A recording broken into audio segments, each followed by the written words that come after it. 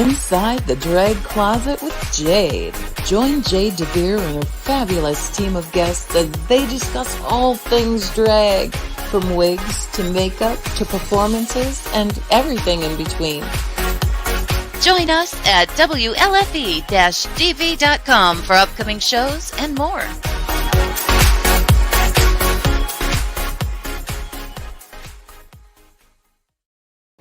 Well, hello there, kids. Welcome to Inside the Drag Closet, the interactive podcast where we talk about all things drag and some things that aren't.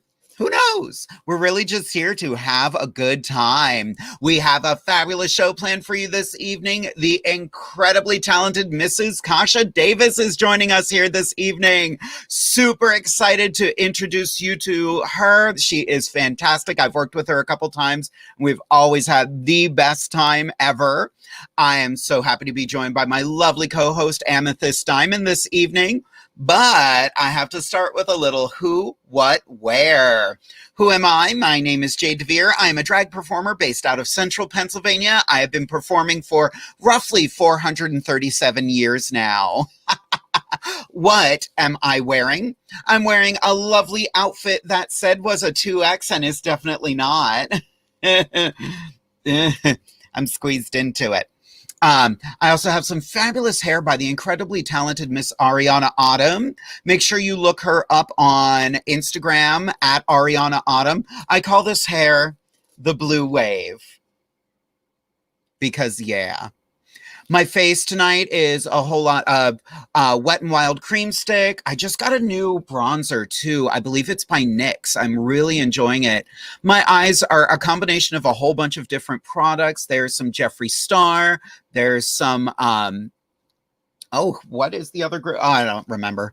There's a lot going on my face right now. Business as usual. And of course, some lovely jewelry by Rocks by Cox. Lolly, I swear it's going to happen every week. Game on. And where can you find me? You can find me every Wednesday right here on Inside the Drag Closet on WLFE-DB Radio at 8:30 p.m. Eastern Standard Time. We have some fantastic comments already. Derek Gamble Ernst, good evening, ladies. Hello, that is my charming husband. Vicky Marie Thompson, evening. Good to see you, Vicky. Gabrielle Dixon, yes! Welcome, Kasha. Gabby, you are going to adore Kasha. I promise you that. Daniel Jackson, I am living for this blue look. Me too, actually. This was one of these looks that I was like fidgeting with, toying with, and then it just clicked. And I'm so happy it did. I wanted to base everything on this fantastic hair. Definitely look up Ariana Autumn. She hasn't been working lately, so she's started styling wigs, and I am over the moon about how this turned out. I am loving it. Robin Thompson, hi, good evening, everyone. Hey, Robin, hope you're doing great. Cassie Hunter, hey, girls. Hey, Cassie, so glad you're enjoying the show. Gabrielle Dixon, Rocks by Cox. Monica, this is amazing. I'm blue, da-ba-dee-ba. I have to tell you, in the late 90s, early 2000s, I was obsessed with Eiffel 65. I loved that song. The soundtrack, or not soundtrack, but the album that song came out on was so good. And I loved everything about it. Now I have to re-download it. Thanks, Monica. Oh, and Chase is watching. Hey, Chase, how you doing, girl? Long time no see. Hope you are staying safe at school. So excited. I'm excited that you're watching. Okay, we're starting the Rocks by Cox wave. That's what's really going on right now. But I'm not going to sit here by myself all evening. So I want to bring out my fabulous co-host this evening. You got to meet her last weekend. This is her first time actually co-hosting with me. I'm super excited. Let's welcome Miss Amethyst Diamond. Hello, everybody. Good evening and welcome to Inside the Drag Closet. Jade, how are you this evening, my dear? I'm good. How are you, dude? Look at this hair. Just blessed and highly favored. You know, man? Yes. A little orange and teal for you this evening myself. So, blue wave, I'm here for that. Absolutely. Give us a little who, what, where, hun.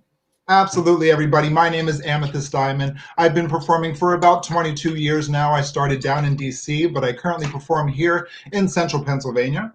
You can also find me down at the Blue Moon in Rehoboth Beach, Delaware. I'll be there this Friday as well. What I am wearing this evening, of course, you all know, Rocks by Cox.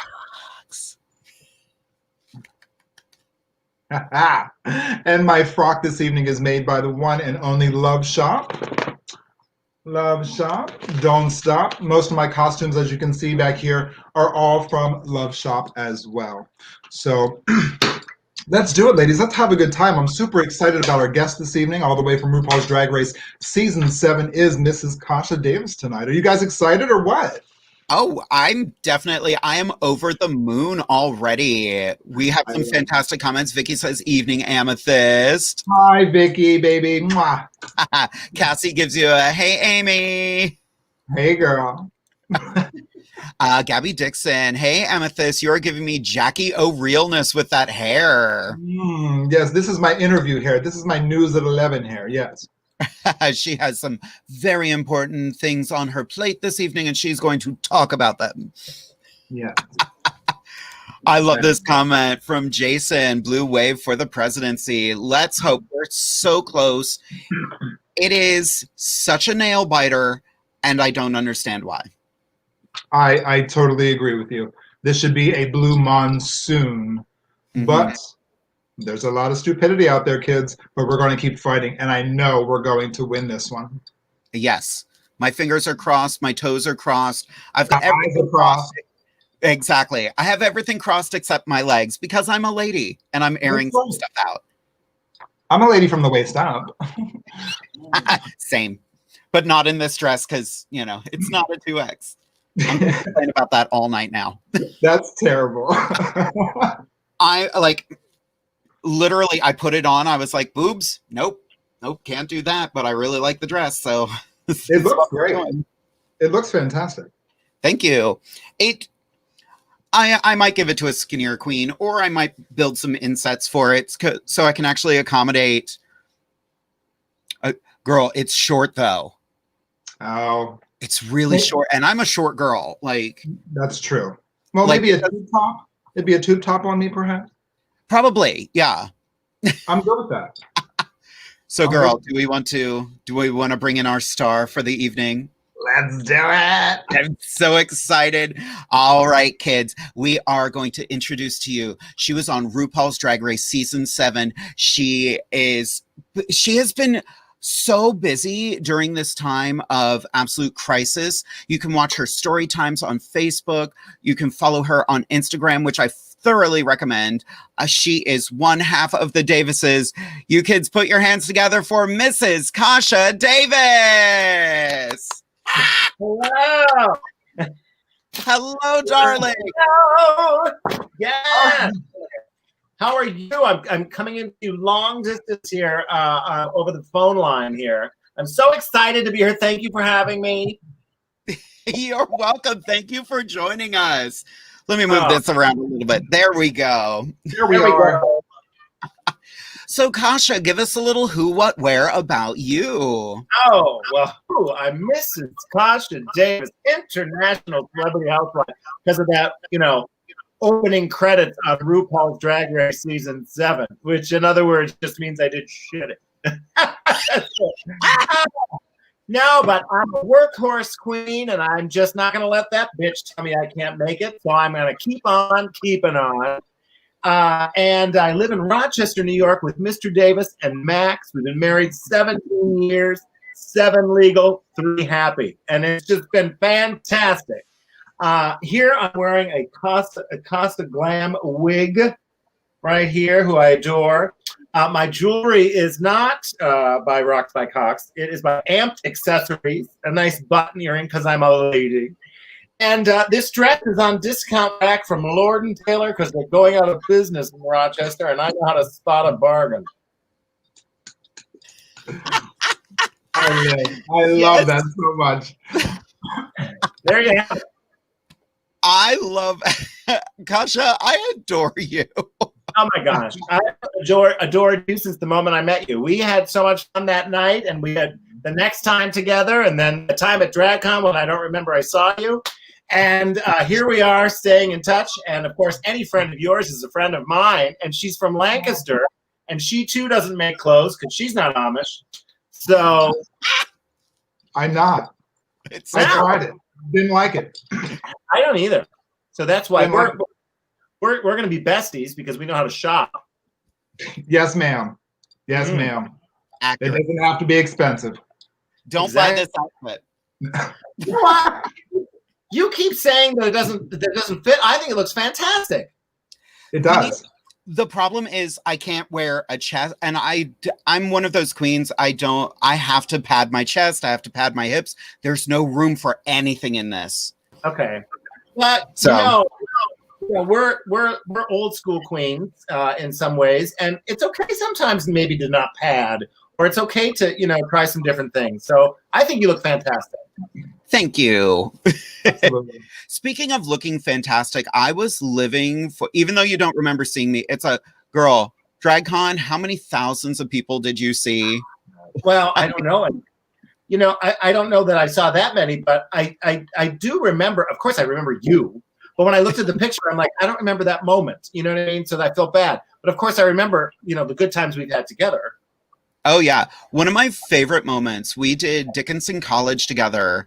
Yes. And I'm not going to lie, I was super intimidated to meet you. Oh, gosh. And then it degraded into this buffoonery. Yes. In the dressing room.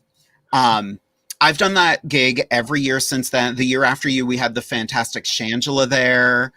Oh, God. We've had, who else was there? Shea Coulee was there one year. And last year we had Peppermint. And fabulous. Every year it's such a fun gig. And you were so, I think what struck me the most is I had seen a couple girls from RuPaul's Drag Race perform before, but it was very, this is my space. And you were just like, all right, where am I going to go? Let's have some fun. Right. Well, I want to get to know people because guess what? Then I can do stuff like this and be invited back to the other things that queens are doing. Because just because you've been on RuPaul's Drag Race doesn't mean anything. I mean, you could, even if you do really well, sometimes you're not even working.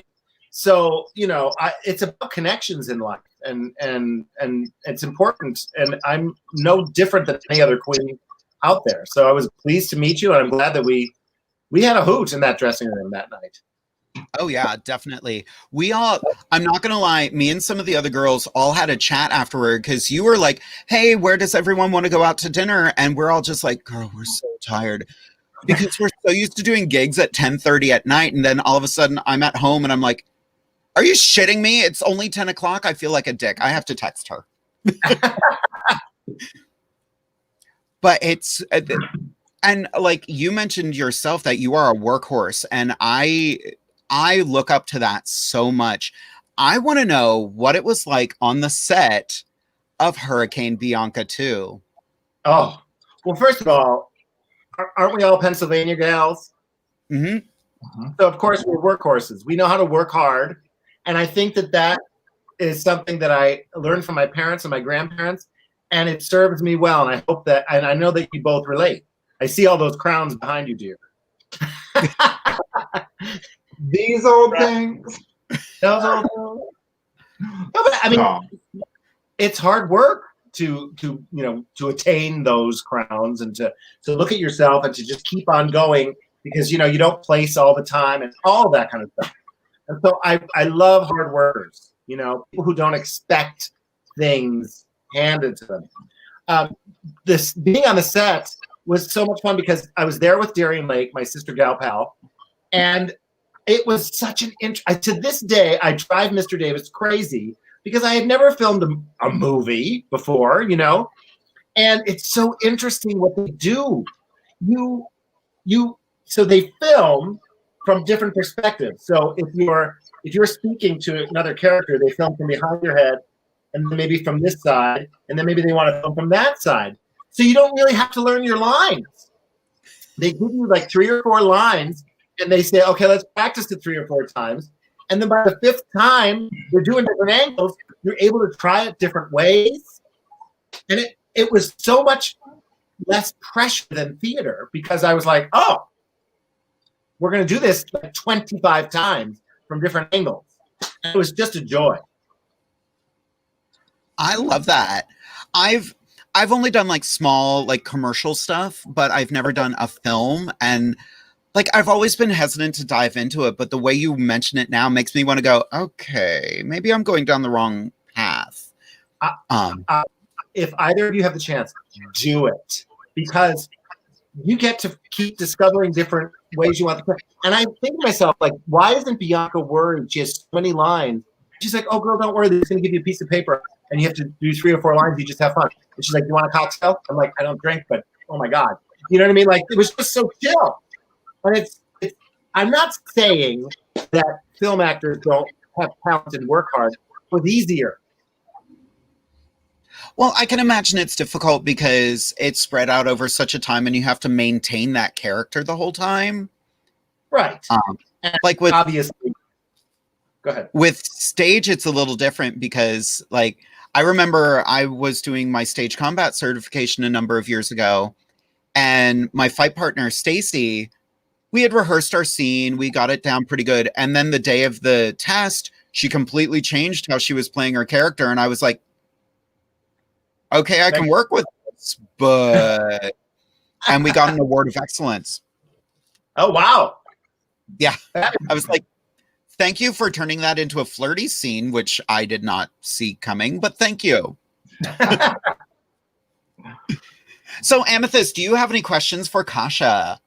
Absolutely. Kasha, you know, first off, welcome to our show, and thank you so much for blessing us with your presence. It's such an honor to meet somebody who, you know, has gone through the gauntlet, as they say on RuPaul's Drag Race.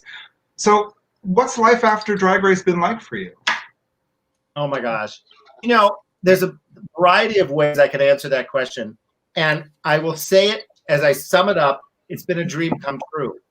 And what I mean by that is that I went to school for theater, and then I ended up listening to my parents and always having a backup plan. And that backup plan was business. It served me well, but I wasn't doing what I loved. Fast forward to auditioning for Drag Race.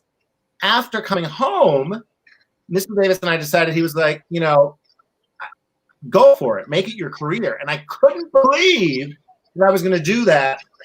And, of course, the moment I did, the gigs stopped coming in. You know. And I was like, panicking, and at the time I was drinking, and my drinking really became a problem. And so right after the show premiered, just about after, I made the decision to, you know, go to rehab and get sober.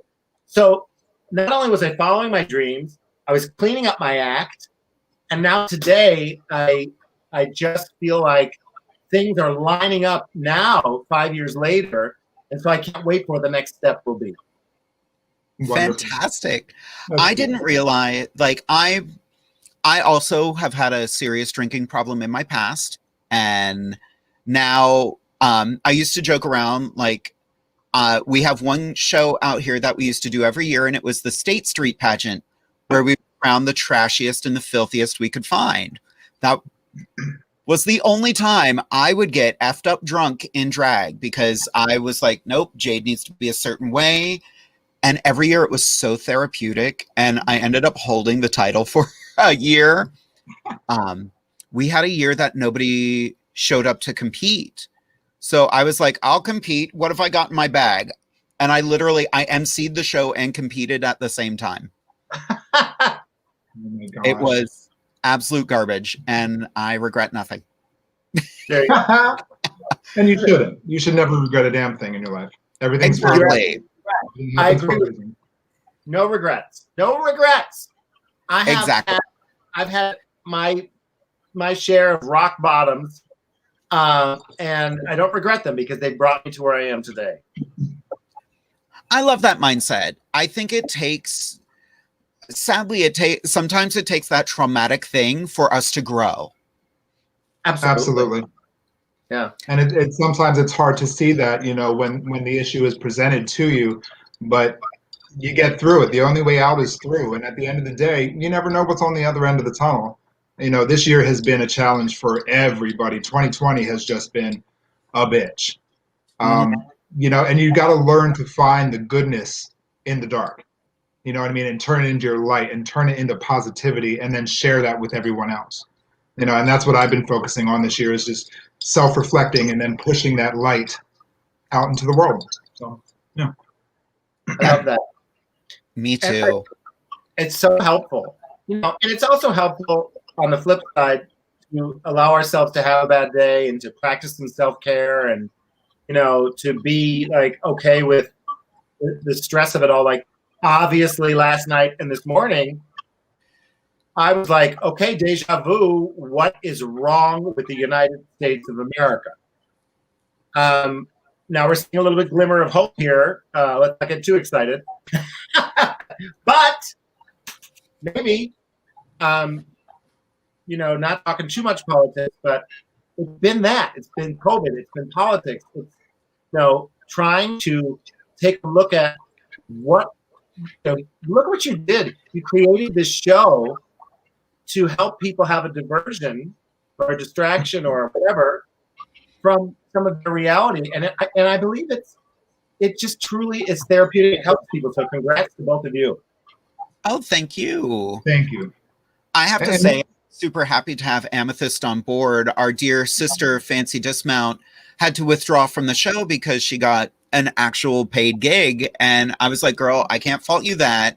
Nope. And Amethyst has stepped in. She's been a sister of mine for years, and I'm super happy to have her on this journey. Thank you, baby. Thank you very much. You bet. I also want to give a huge shout out to Anastasia Diamond and Scarlet Overkill, my other two co-hosts. You girls, we are like, it's such a interesting sisterhood that we formed with this show that we wouldn't have had if we hadn't been, stuck in our houses for 8 months, unable to hang out. Like, I haven't physically seen any of my co-hosts in person since the show started, which is so weird.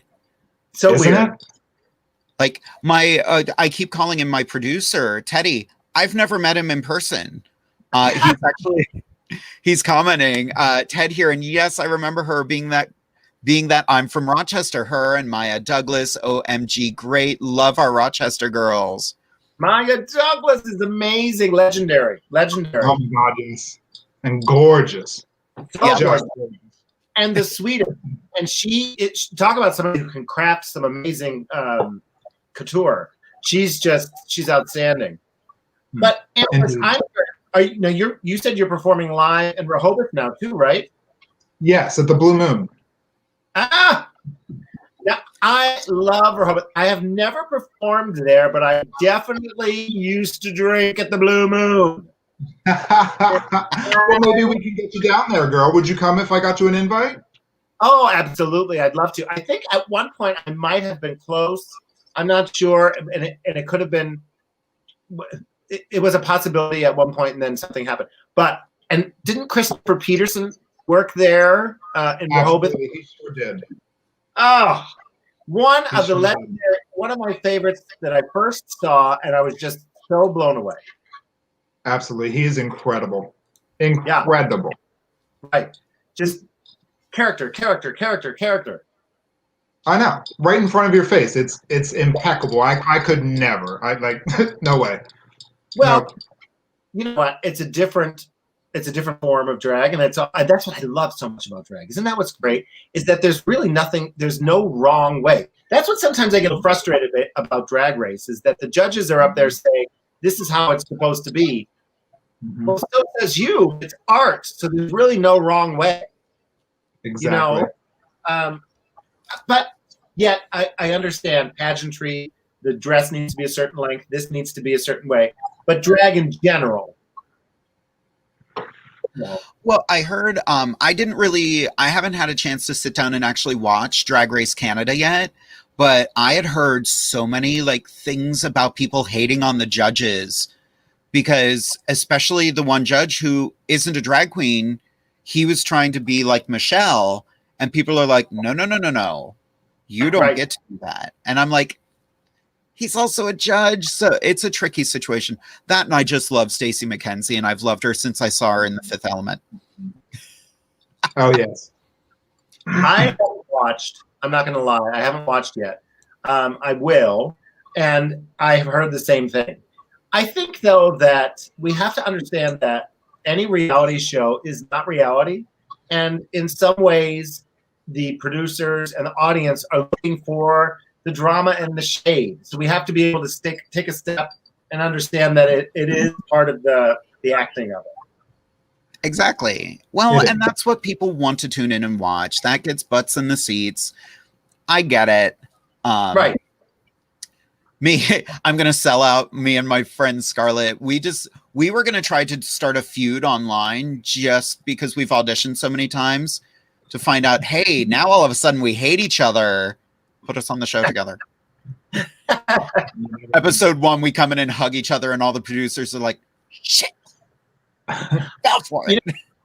I've had the opportunity, for yourself or anybody else auditioning, and anyone has an audition out there, who is auditioning out there, don't stop, because the producers and the casting agents have told me, that they know certain people, that they continue to push them, and it's like casting for anything else. Sometimes it's not the right season, and it will happen. They know you. They definitely know you. I'm definitely going to audition again. This past year, I just reached a breaking point that I was like, nope, take a break for yourself. Yeah, which is great. Yeah, that's a good thing. It's a blessing to take a step back and just put everything on the table and line things up for yourself. See what you like, what you don't like. Like I said, I've been doing that a lot this year. Just taking a breather and just saying, okay, let's reevaluate things. Let's see where we want to go. Make some goals and take a step forward. So, yeah. Isn't it wonderful that this time frame has forced us to stop and say, what am I doing? What do I want to do? What direction do I want to go in? And it's really leveled the playing field, right? We're all forced to have very limited amount of work. And so we're all forced to say, like, well, what can I create? What new content can I create? Or looks, or whatever we do. And I think that's a good thing. I think it's a good thing for us to slow down a little bit. That's true.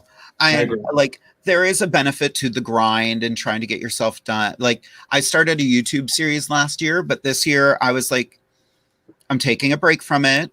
It might come back, but I've been so focused on this show, I don't know if it's going to come back. But I've started, expanding what I do, and that has been super rewarding. I want to bring up a comment because one of our lovely sisters, one of our co-hosts, is fangirling right now. Oh my God. This wall of text from Scarlet Overkill. I literally don't know who is prettiest tonight. All you ladies look beyond gorgeous. The Dickinson College show was so much fun. I'll never forget that night. KASHA Davis, I love working with you. You're a class act, so professional and so fun to be around. I'll never forget when I was Miss Central Pennsylvania Pride 2017 and you were at Pride, and I was like, oh no, I have to do my duties as the Pride Queen, but I'm too busy fangirling. Aw, that is so sweet and kind. I appreciate that, and again, maybe it's the Pennsylvania gals. I just enjoyed it. I have not traveled to many places where I can say, "Ooh, I don't want to go back." Most places, because I do want to. I do want to get to know people and try to stay in touch and communicate on Instagram or as I like to say, Insta Snatch. No, I'm still cool. Whatever. But, face place, Insta Snatch, Slaughter, all of that stuff. And stay in touch, because you never know when the next opportunity would present itself. Exactly. I'll never forget, I was blown away. Dickinson and Pride are such fascinating events for me. I remember it was the year after you were at Dickinson, and Shangela was the host. And my friend Bella just wanted to get a picture with her, but Bella forgot her phone or something like that. So Shangela was like, here, give me your number. I'll take it and I'll text it to you. And I'm like, Right. did you just give out your phone number? And Kasha and I have the same like connection. Like I forgot I had your phone number in my phone when I started messaging you on Instagram. Right. Well, and and look how successful Shangela is. I mean, she's doing so well. And she's just a real person. She's a real queen. She's a hard worker. She's relatable. Doesn't give up. And this is why I think the world, 2020 and going forward, the world wants honesty. Yes, the reality shows promote drama and there's a theatrical aspect, but real true people, I think, is what we gravitate towards. That's true. Because at the end of the day, that's what most of us are. Right. Exactly. Most of us are. Although, isn't it ironic that we're talking about being so real when we've got all of this going on? I know. I have thought about that a couple times and have been asked about that. I'll say in my story time, you should celebrate and be your most genuine self. And I recently did an interview and I thought, this is the most genuine I can honestly say, because as a young boy, I knew that I gravitated towards fabulous things, color, jewelry, my grandmother and mother's hair, and all that kind of stuff. But I identify as he, him in the day, and at night I identify as she, her, and I'm all of that. And so it's as if it's an exaggeration of form, and it's a celebration of drag. So I do feel like I'm my genuine self. Well, and I think that's the beautiful part about drag. There is an inherent gender fluidity to it, which I think the world is now even more willing to accept in some places. Not based on Absolutely. the votes this morning, right? Well, it's a good thing they put that map up so I know where not to go. Right. Well, honestly, I feel the same way about doing drag. As a guy, not everybody would agree with this, but I'm kind of shy and kind of laid back. But when I'm in drag, it allows me to push my inner self out. And it allows me to reach people and be comfortable talking to people about certain topics or just having a normal conversation. I feel more outspoken in drag than I do as a guy. I'm not sure why that is. Maybe do you ladies feel the same way? Does that happen to you? Are you more of a bigger persona in drag, should I say? Oh, definitely. Yes, agreed. Same thing. I'll be more, let's say, I remember when I first started, and boy, did I not look good. I remember in drag, I would talk to any guy in the bar and, say hello. But then if I went back, I was all shy and they wouldn't know who I was. And it was like all this ridiculousness. I think that happens now. And first of all, I mean, I'm not really flirting anyway. I've been married and we're pretty vanilla. But I still, who doesn't flirt? But I thought to myself, oh my gosh, like now I'm just so much, as time has gone on and I've grown a little older, I'm just so much more comfortable that it's starting to blend together, which is nice. Yeah. Good. I was doing an interview a couple weeks ago on another show called The Obstructed View, which is a fantastic show. Make sure you follow them. And they bring on a different drag performer every week and talk about a different topic. And my topic I chose to do was self-care. Because I was in drag. I would have been in drag 5 days in a row. And I was like, nope. So showed up in a Halloween costume, took my mask off, and I was Mitch underneath all of this and not Jade. And they were like, oh. I'm like, sometimes you have to remember this person first. And they were like, but you're always so outgoing. I'm like, when I have that mask on, yes, I am. Yeah. I have fused more of Jade into Mitch as time goes by, which has been fun. And isn't that great how your drag persona can fuse with your regular persona and help your regular persona push itself forward? And at the end of the day, you're the same person anyway. Like, I don't know how that works, but it works for me too. It really does. It does. And I remember when I first started in drag, I was always like, "Hello, darlings, it's me, Mrs. Kasha Davis." You know, this voice. And now I'm thinking, okay, I'm pretty much just my voice, maybe a little bit more. I'm projecting more, or playing around with the way that I say words, but I don't try to sound like a lady. It wasn't until this show that I stopped doing this, because this was Jade's voice for the longest time, and then I was like, nope, I can't do it. No, Yeah. not at all. And it sounds great, and you can use it for a certain moment. But again, no wrong way. Exactly. Well, we do have to take a quick little commercial break. When we come back, Amethyst is going to have the floor for a little while, and then we are going to come back. I did see we did get a few more questions on Facebook and YouTube, so we will be back momentarily. We'll chat with you soon. WLFE-DB.com, where our shows are your shows.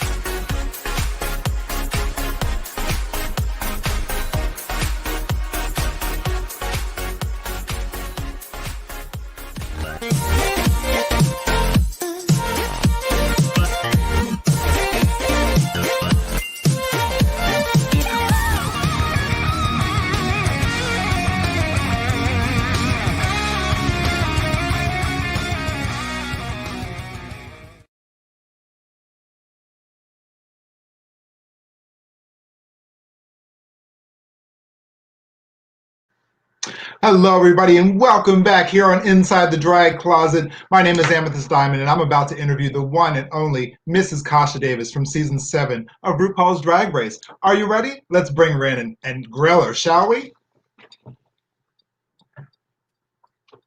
Wait, what? What? What? Grill you. We're going to grill you. We're going to flip you, grill you. Medium rare. That's how I like my meat. How do you like yours? Nice. I think because I'm turning 50 this year, I'm well done. You're well done. No, ma'am. No, ma'am. No. Do you feel that, being a more mature queen, do you feel that puts you at an advantage to some of the newer girls?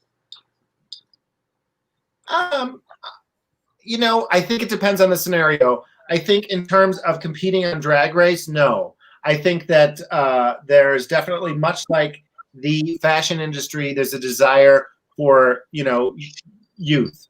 And that's pretty apparent by just the casting as well as the people that really excel. That being said, in terms of performing in general, I think, experience is everything.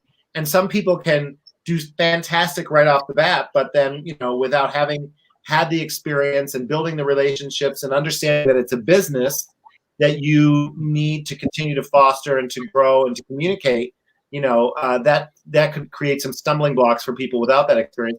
But, people can surprise you too. Absolutely. It takes a village to build a queen. You can be the prettiest, you can do a category and do very well. But if you don't have that backup and that support and that networking, you're not good. You're not good at all. And you know, from the pageant world, I mean, you have a team. You have people that assist you in, you know, whatever way, whether it's, you know, costuming, hair, any styling, coaching, etc. You know the pageant world better than I do, but so all of these things become a team, and you're as good as you're only as good as your team. Absolutely, that is 100% true. Absolutely, and there's a lot of queens out there that don't recognize that or give those people that credit, and that'll be the quickest way to end your career. Do you agree? Oh, I would agree. And I mean, you know, I have a friend, Katie P, who is a gal who travels with us, and she helps us out at all the drag cons.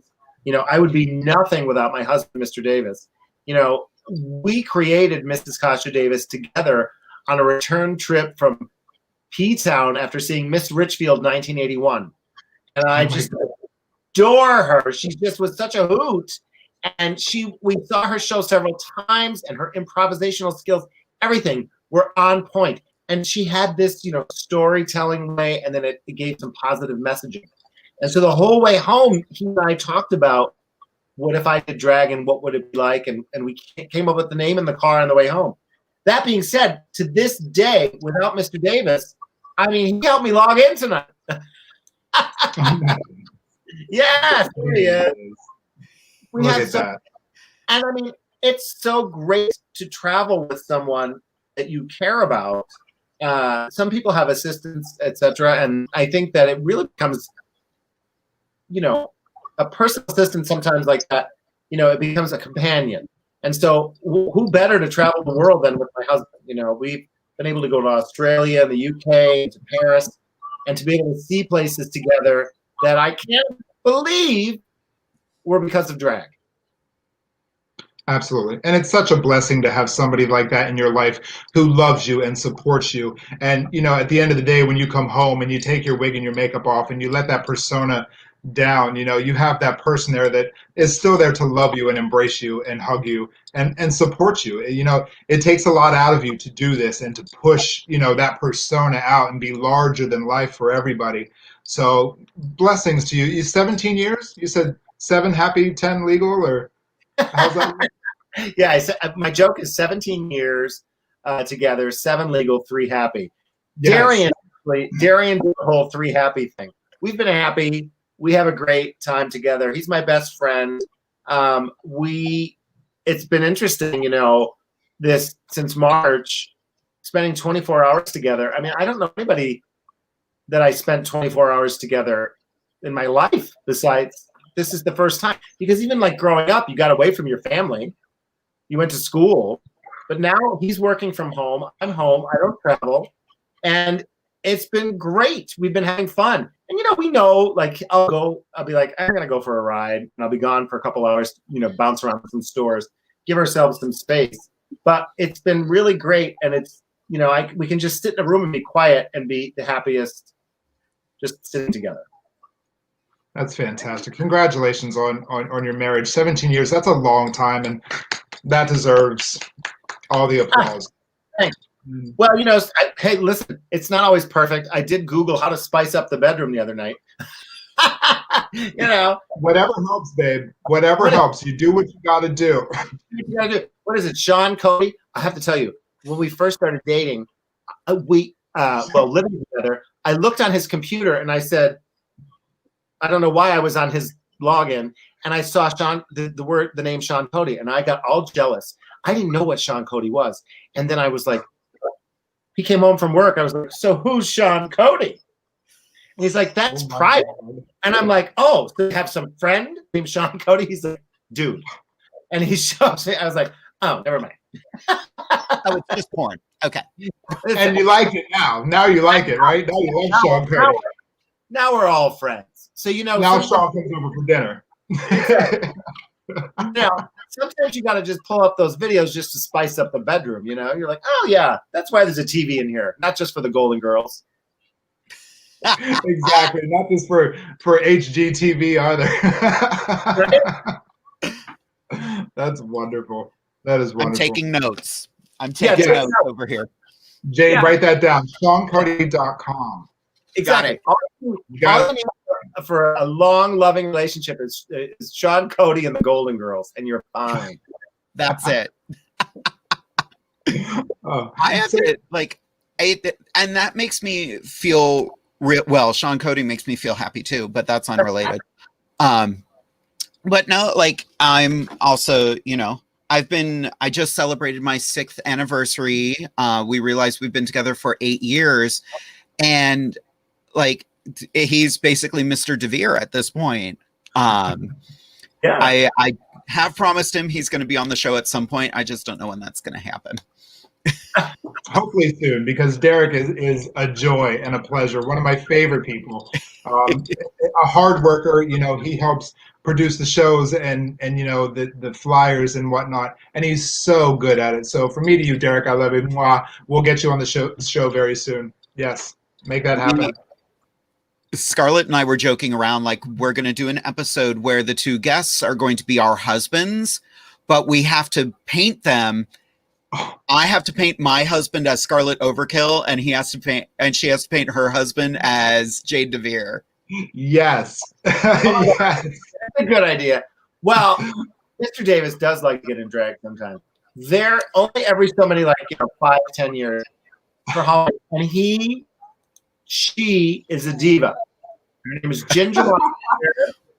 First pet, first street, Ginger Montclair. Just watch out. When she hits the streets, she's there.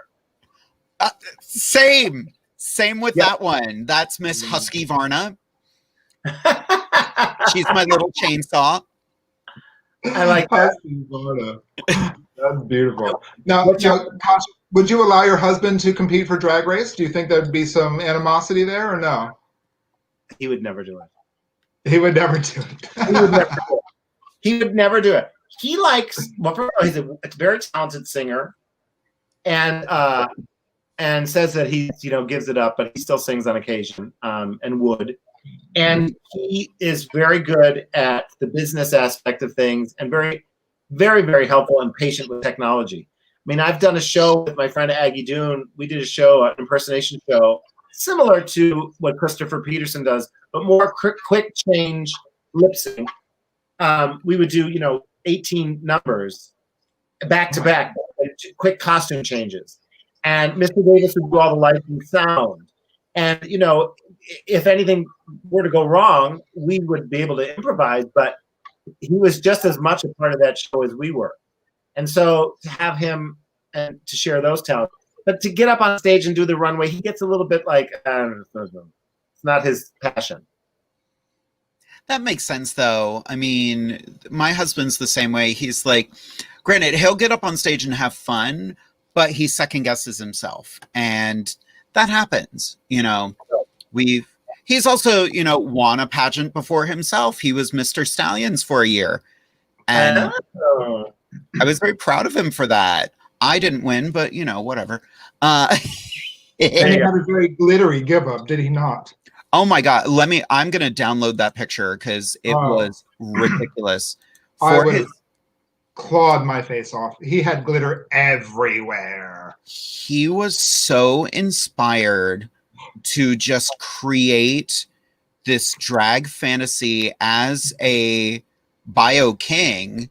Right. Well, we don't. That's not the term to use anymore. And I do apologize for that. There it is. Here we go. Let me upload this quickly. My husband's insane because he did this. Oof. Oh my God. No, ma'am. Yep. Mm. That looks fabulous. You both look fabulous. Bianca Del Rio did for our finale. She was head to toe in glitter. Yes. And I'm like, how do you wash that off? I mean, you've got to scratch yourself. That's what my house looked like for a month after that. Right. I bet. We're still finding glitter. We're finding microdots from a cover-up that I accidentally washed, but I didn't even wash it in this house. Oh, isn't it great? Like when you wake up the next day and you're like, wow, there's a sequin on my pickle. Isn't that fun? I'm like, why there? Why there? What is your best technique? I'm not very good at this. What is your best technique to do glitter on your lids? I stopped doing it. I didn't I kept on doing it for the longest time, and then I was like, I'm now in a very soft phase. I change my face every year or so. But I used to do glitter on inside my crease all the time. But when I de-drag, only de-drag in the shower now. Okay. Okay. What was your technique to apply it? Any tricks? Kasha, for me to do glitter on a lid, I use my eyelash adhesive. But for my eyelashes, I actually use, Wig Bond, the black glue. But for glitter, I use the white glue just to be safe because it dries clear. So I just put a little bit on the tip of a brush and smear that right on my lid and then press it with my finger into my crease. And then you can clean everything else up and you're good. Before you put your lashes on. Don't do it after your lashes. Right. Okay. Yeah. It gets messy for me and I'm like, okay, maybe it's not my... I've tried, and sometimes it looks good, and then other times I'm like, okay, now it's falling in my lashes, and it's all over the place. Yeah. But I guess that's just part of the process, and nobody notices but you, really. Yeah. And it's easier to start with that. It's easier to just do that first and then do everything else because some will fall, they'll move. But I usually blow dry it after I get the glitter on a low setting just to set it. Ooh, there you go. That's a good tip. Smart. Write that down, kids. Write that down. Yeah, exactly. Everybody's out there like, wow. We knew that, Kasha. Where have you been? Well, listen, I'm not. I enjoy the face that I do, and I learn little things as I go. I think that's true for every drag performer. Like, I try to change something with my face every year. This year, what I've started doing a lot more, I actually got a black Miron cream stick, and I don't use black eyeshadow or eyeliner anymore. Oh, okay. wow. And because I go pretty heavy, and I like how it looks. Yeah, I do too. Might be different next year. Who knows? Right. That's the thing about drag. You can do absolutely anything. You can make mistakes, and the next thing you know, it's your new look. Mm-hmm. You know what I mean? Just throw it on, smear it around. You'll figure it out. Don't overthink it. Right. Don't Yeah. overthink it. I remember. Go one ahead. time Aggie was just like, I was like, I don't know what to do with this hair. She goes, it's just hair. Brush it. And I was like, okay. We do actually have a fun question from Jamie Angel. They're an incredible performer. They just started doing drag. What is your most favorite and least favorite aspects of being a drag performer? We'll start with Kasha on that one. So my favorite aspect is as mentioned, celebrating every intricacy of my genuine self. My least, I know. I mean, I think sometimes the comparison I can do where I want to, I see this person's getting this job and this job, and I want to get that job, and so that part that gets in that I overthink things, that could be my least favorite. It's my own thinking, but that comparison and just getting frustrated if other people have more work than I do. I think that's just human nature. We want what someone else has while we should focus on what we have. Right. And be grateful for what we have. Absolutely. How about you, Amethyst? For me, the greatest joy of doing drag is just touching people's lives and getting out there and entertaining people and making people smile, make them forget about, for example, the year 2020 or, the election. Just bringing joy to people's lives, making them step out of their own realities and just enjoy the fantasy. That's the biggest thing for me is just seeing people look up and smiling and enjoying what I do. The biggest downfall about drag, I don't have many. But I feel as though there's a persona about drag queens and many misconceptions as well, that we want to be women or, that we're over effeminate people. But, knowing you personally, Jade, and knowing me personally, Jade, we're two totally different people in and out of drag. A lot of guys won't date drag queens either because they're like, oh, you're a pansy, you're a fairy, whatever, you wear women's clothing.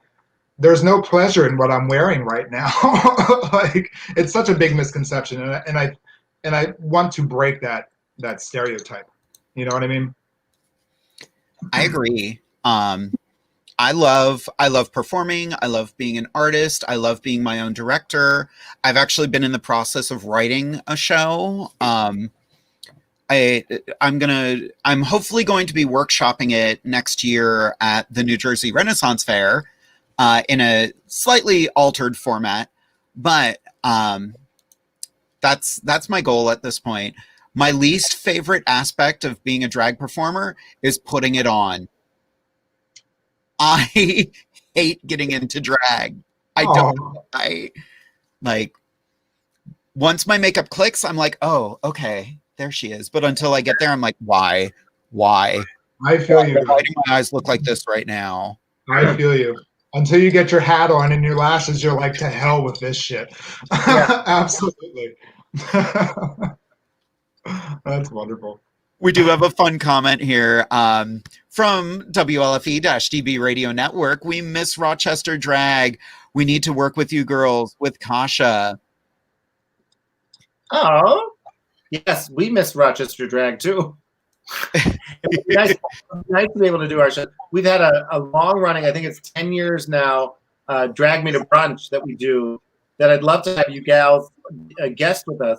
We do a show there, a wonderful drag brunch, and then a show at a club called Comedy at the Carlson.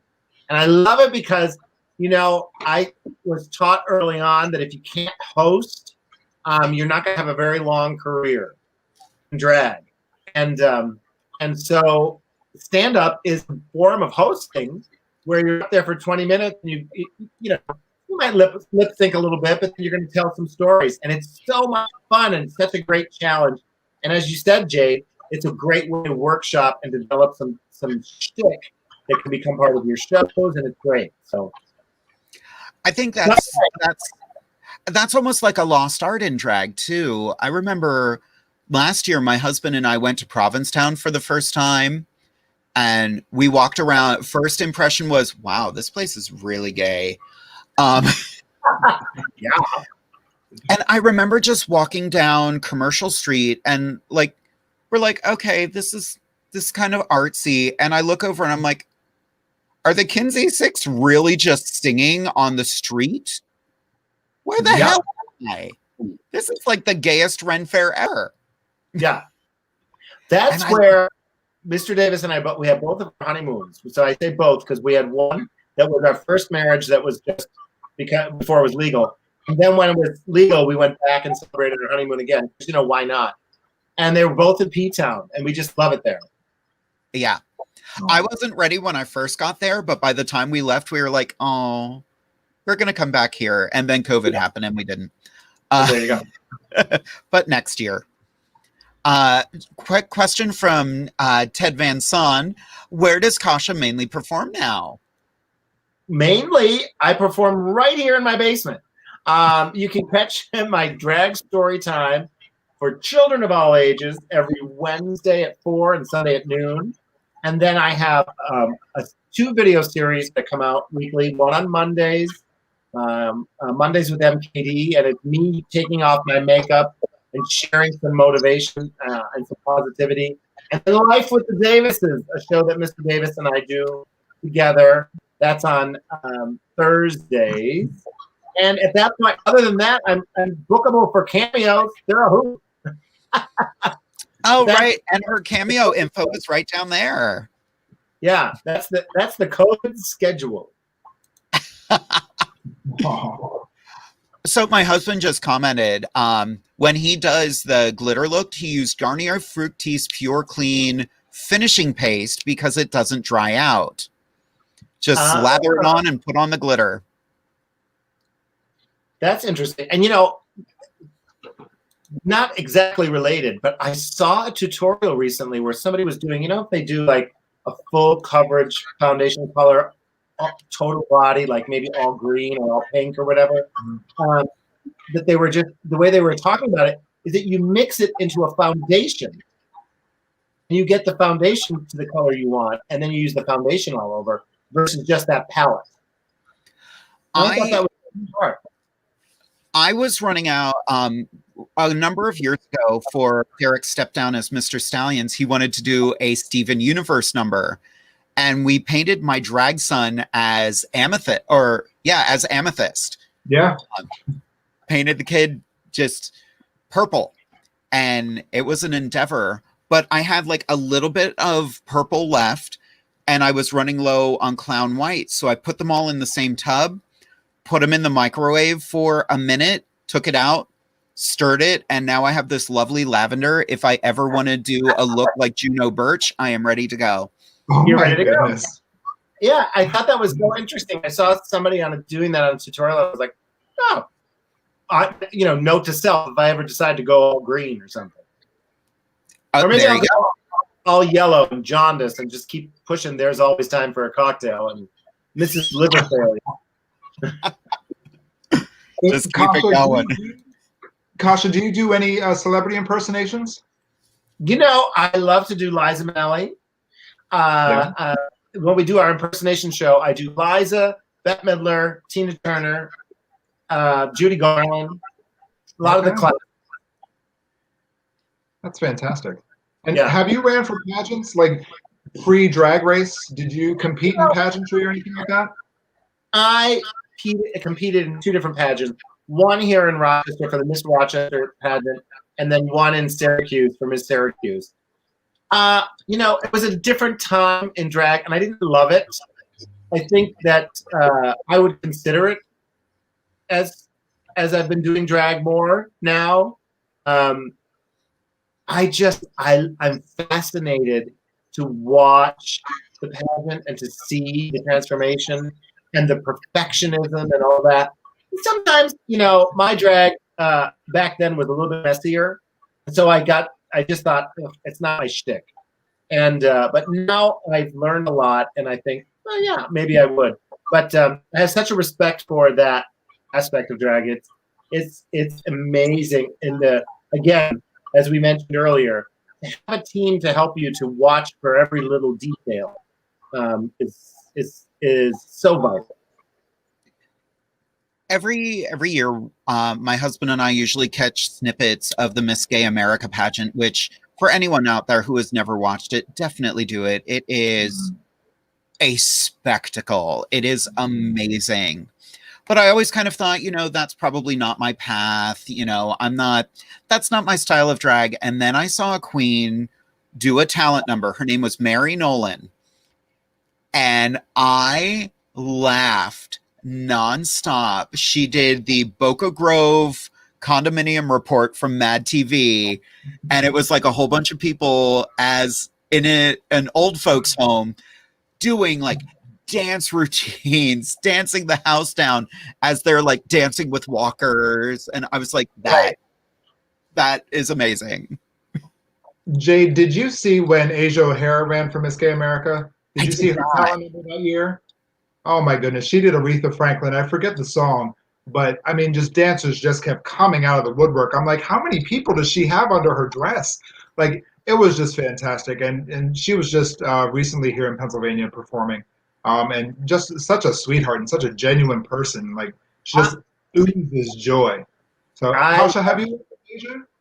I have worked with her, and I do adore her. She's such a sweetheart. Now, she was she there for the tour with the drive-in?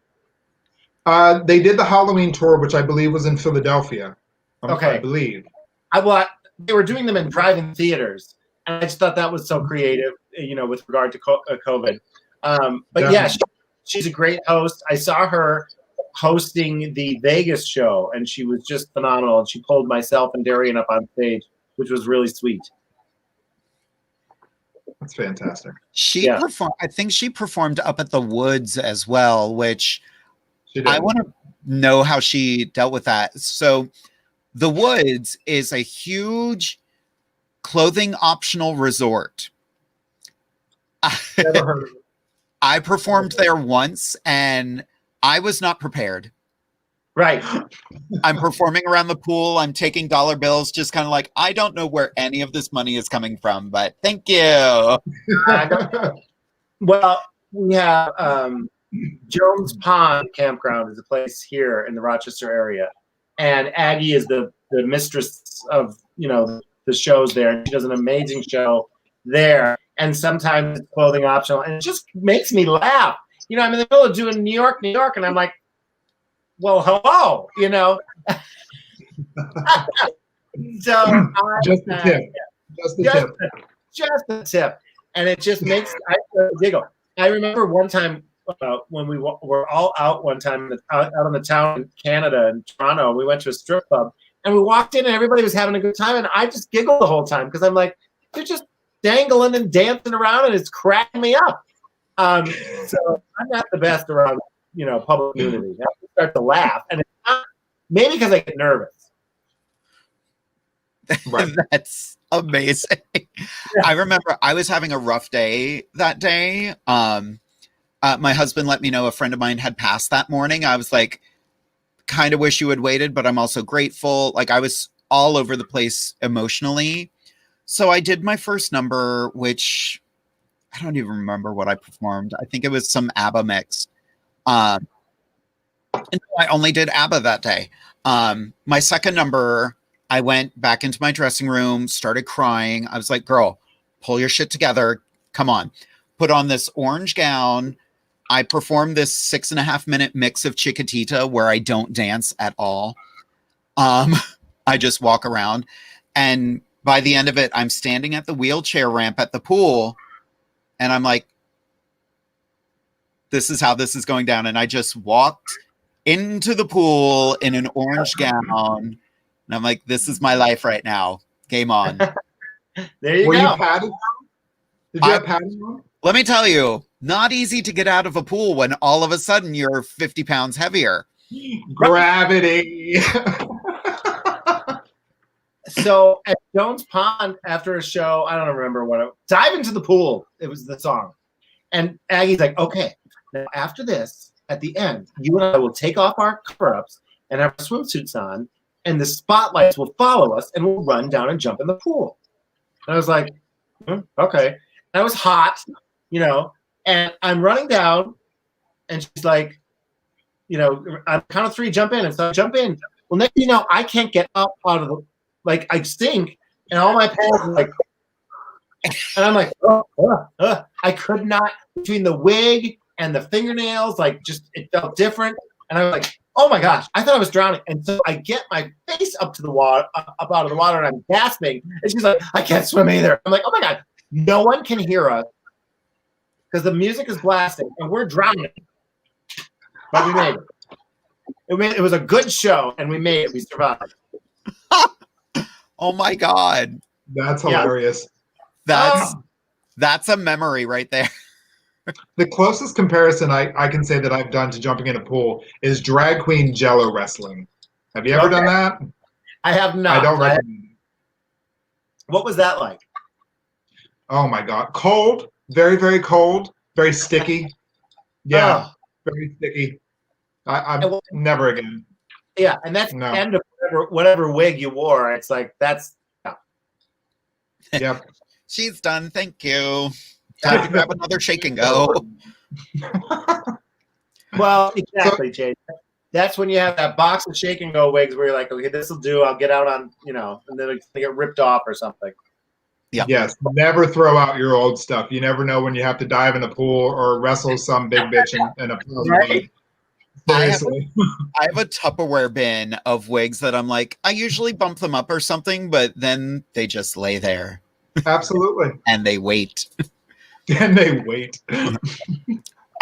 There's a fantastic question. This is from my darling husband. Kasha, you had put out a video on your channel back in 2015 about who you might have done if you were on the Snatch Game. Who would you choose now? I would still be choosing Joan Rivers, probably. Would be one of my first. And I've been thinking about some other old school people like Ethel Merman and stuff like that.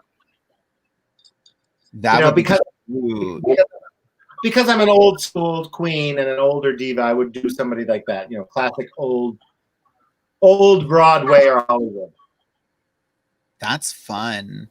Yeah. Every year, for those who don't know, when you audition for RuPaul's Drag Race, it used to be you would have to do a Snatch Game character. Well, the last 2 years, you have to do 3 of them. Yeah, Well, they because- stepped the game. What was that? And I was just going to say, I think because people pick the same people, so they want to see multiple options, and then they guide you as to which one they want you to do. Smart. I auditioned for season 7. I did Donatella. Aha! How about that? That's funny.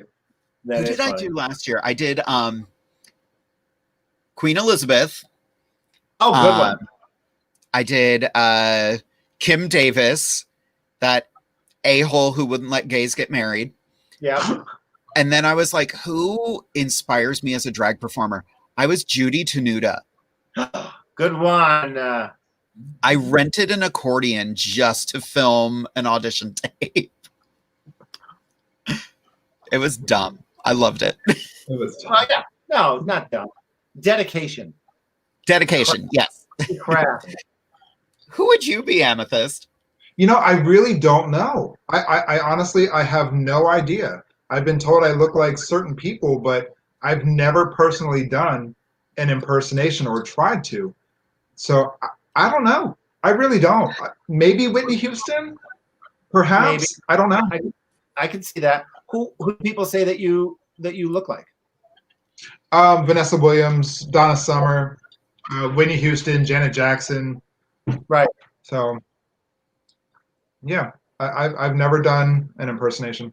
So. Well, so I think that what happens with those impersonations is that you have to improvise. So you just have to do somebody who's kooky enough that they would do silly, kooky things that you can kind of blend into other stuff, because you never know when you're going to have to react.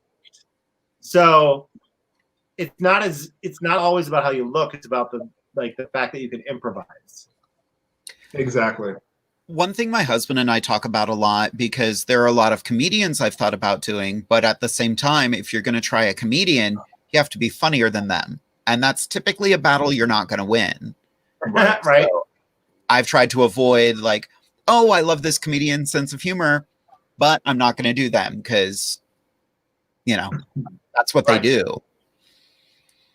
So yeah, if I do again, and you're not allowed to repeat anything, I'm like, oh God, who would I be? My very first RuPaul's Drag Race audition tape, I was Madam. Oh, wow. I love that. I got the nose, I got a chin, and I made a yarn wig, and I was Madam. That's really Nice. fun. Yeah. I need to do that again. Maybe for Halloween. Oh, damn. Well, that's over. And I like on recent years on Drag Race with Snatch Game, like Gigi Good doing a robot. She nailed the shit out of that. That was so good. And then even Shea Coulee doing Flavor Flav.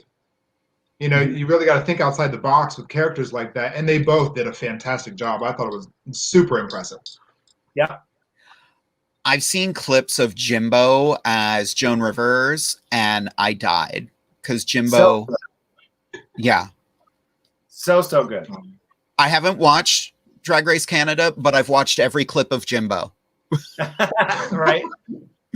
Because that's a kind of performer that I'm like, that first challenge when they're going up that hill and they're like, we're going to put a fan on, and Jimbo just starts screaming. I'm like, thank you. That's what I want to see a drag performer do, not, oh, yes. Right. I want to see, ah! Yeah. Exactly. Let it out. Let it out.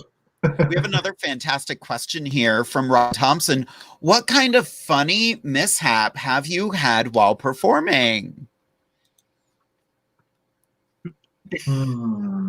Right? Yeah. Other than losing wigs and coming untucked, you know. Oops. That's a meaty one. Well, there you go. I probably come untucked all the time, but nobody notices. Let's see. What about you, Jade?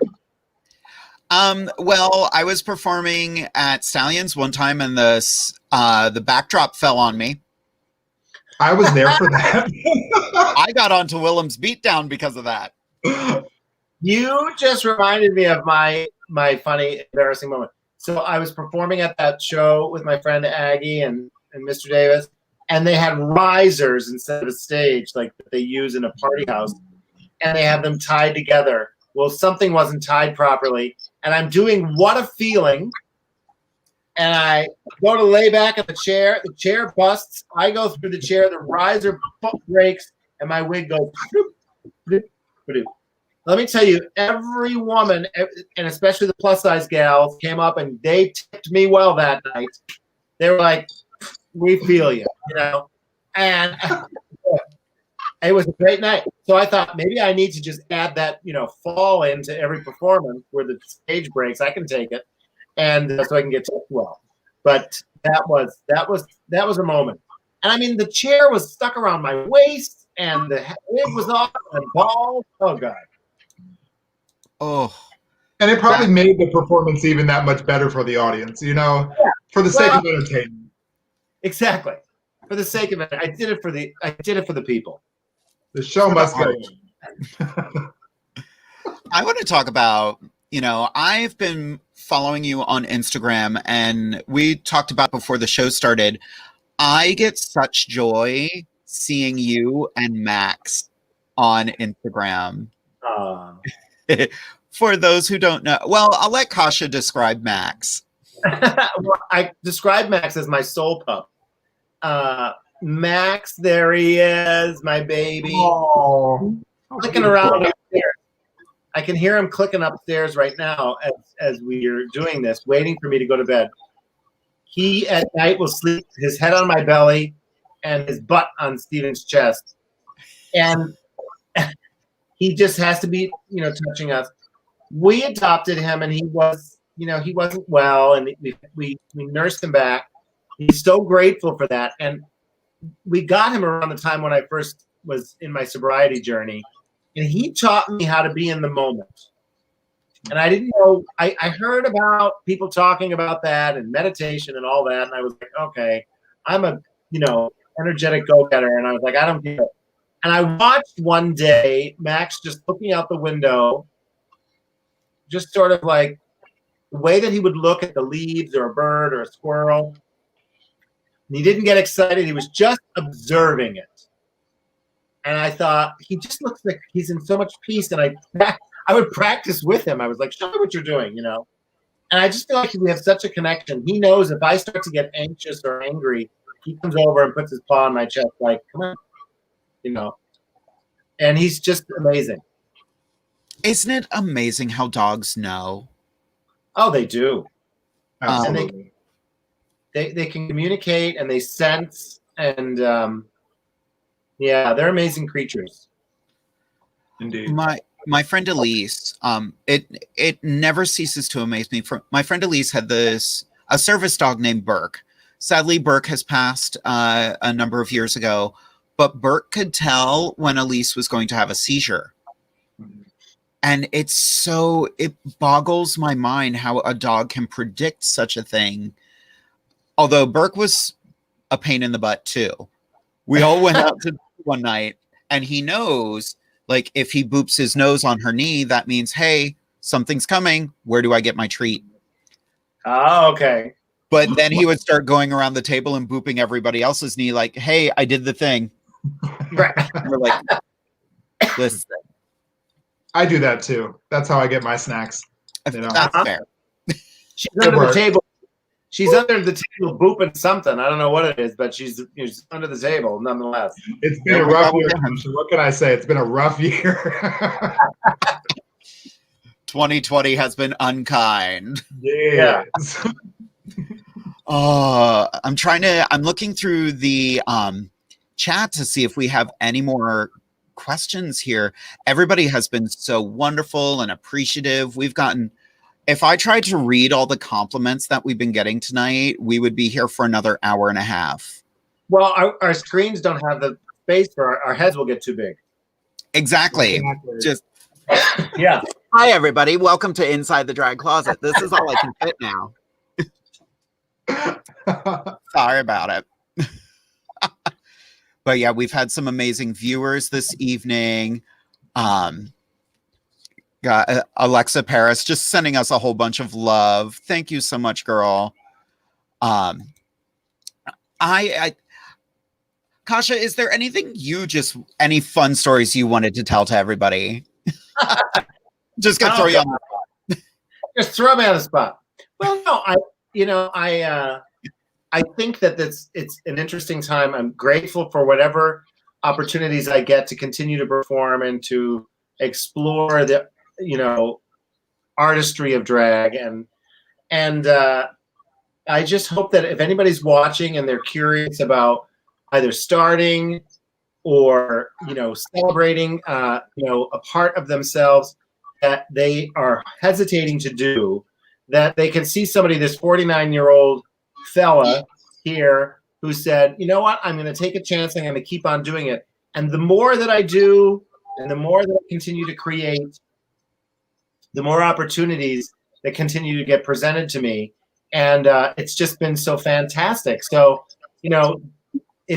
I hear those cliches to follow your dreams, and I can't express it any more than that they will come true when you truly take care of yourself and believe in yourself and love yourself. Those things will happen. Amen. Perfectly worded. And to tag on to that, we are 3 drag performers in our 40s, and we're still having fun playing the game. Yeah, Exactly. And honestly, I feel like, I'm just getting started, really. So I love that. The best is yet to come.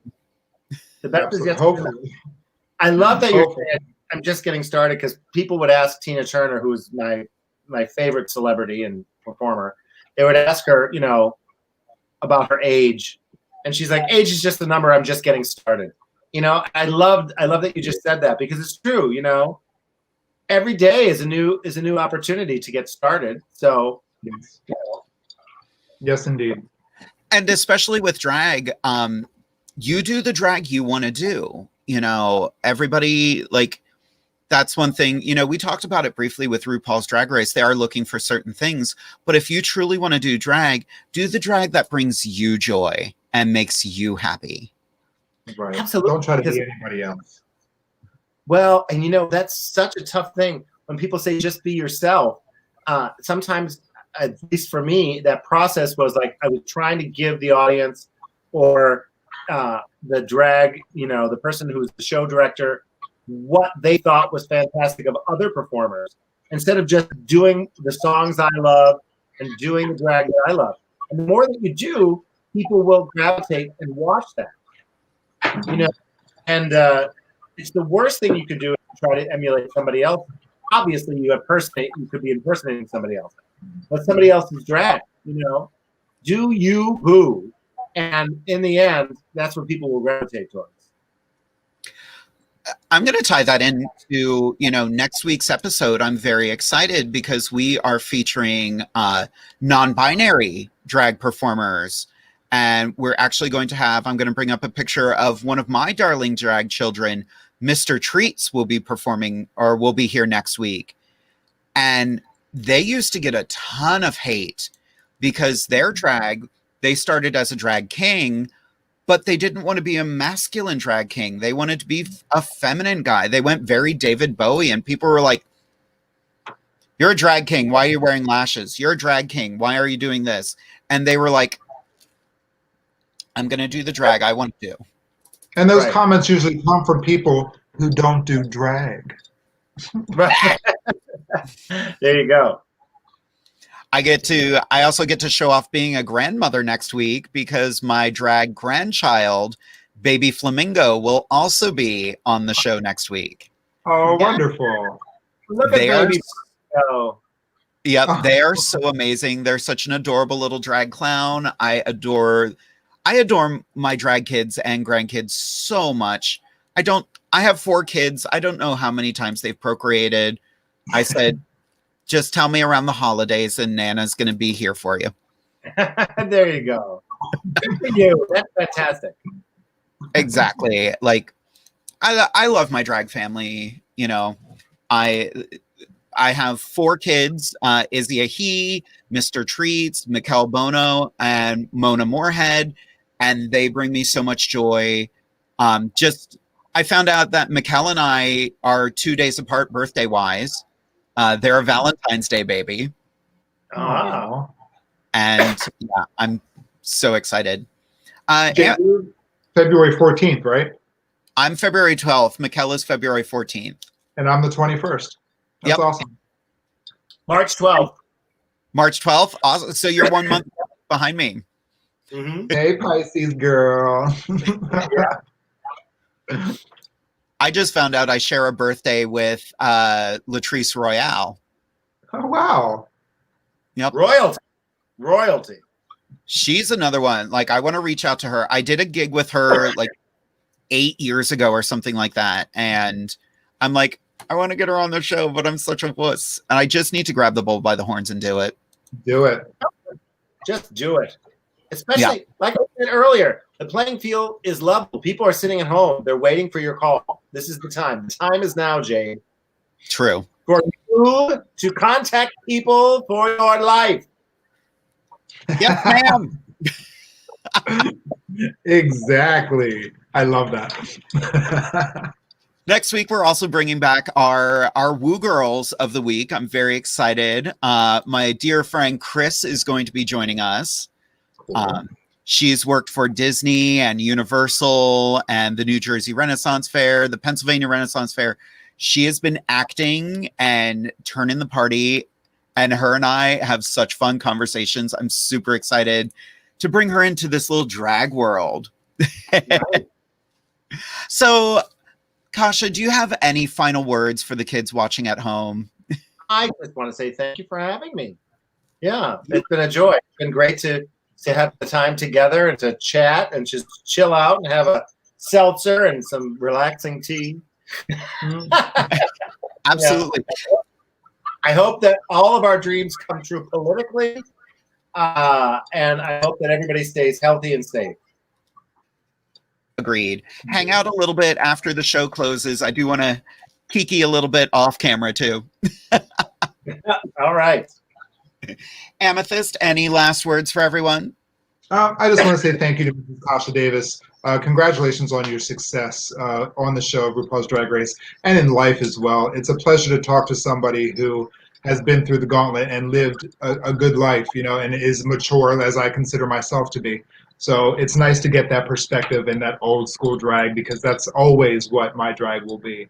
So from the bottom of my heart, thank you so much, and congratulations on your success, truly. Well, thank you. You're so flattering. I want to repeat that. Kasha, thank you so much for doing the show. I absolutely adore you. I'm looking forward to the chance where we get to work again and not have to, you know, me sit in my actual drag room in front of a nice green screen and we can actually, you know, perform and have fun and dish backstage. I want to thank everybody who has been watching this evening. You kids make this show go on. We are so grateful to have you watching every week. Like I mentioned before, next week we are featuring non-binary drag. Our special guests are going to be Mr. Treats and Baby Flamingo. Our Woo Girl of the Week will be the fantastic Chris, and my co-host is going to be the fantastic Miss Scarlett Overkill. In the meantime, be nice to each other, share some love, check in with your friends, make sure they're okay. But for now, good night, kids. Mwah.